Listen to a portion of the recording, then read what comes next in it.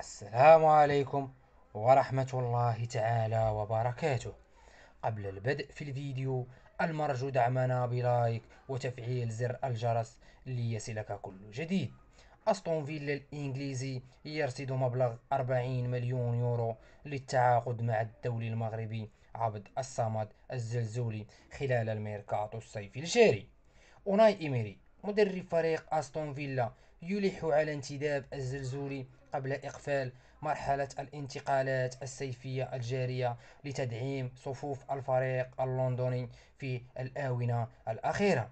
الفريق الكتالوني يتوجه إلى التخلي عن عبد الصمد الزلزولي من أجل ضخ أموال جديدة بخزينة النادي الإسباني في ظل الأزمة المالية التي يعيشها في الآونة الأخيرة. إن أعجبكم الفيديو، المرجو دعمنا بلايك.